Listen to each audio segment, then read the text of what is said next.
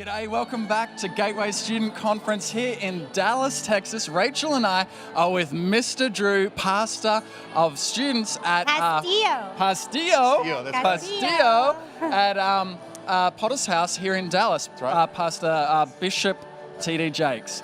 Yeah. Thanks for coming on. Man, it's an honor to be here. Tonight's been amazing all day yesterday, all day today.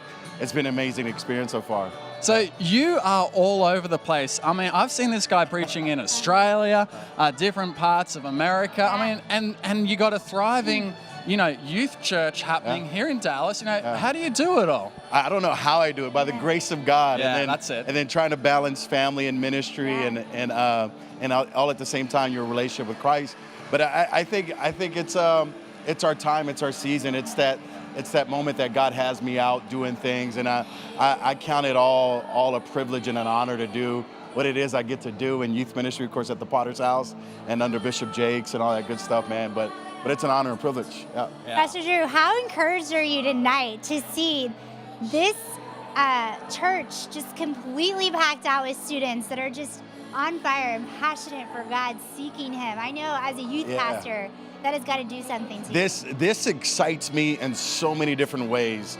To see over 4,000 students and sold out and over hundreds of kids in the overflow, that's just so exciting to see all of that. It does two things for me. Well, maybe probably more than two, but I'll just say two. It excites me to know that this generation has hope, that as the world is writing off our young people that we represent, they're writing them off, but this is kind of like countering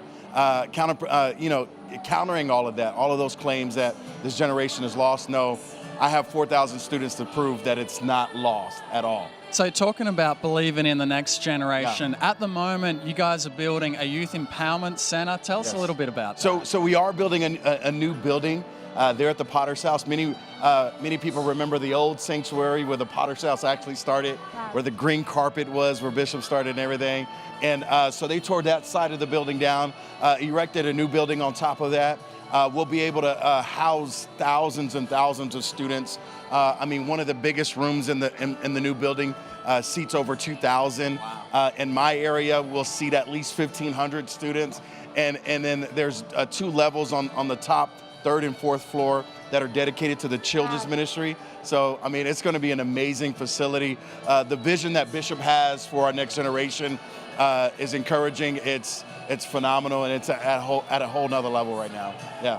What do you think the message is for this year? What's the message that's stirring in your heart right now for students, especially, for your students at the Potter's House? I'm glad you asked that, because it seems like I've been bouncing back to fear. Wow. I talked about how King David was hiding from Saul in a cave.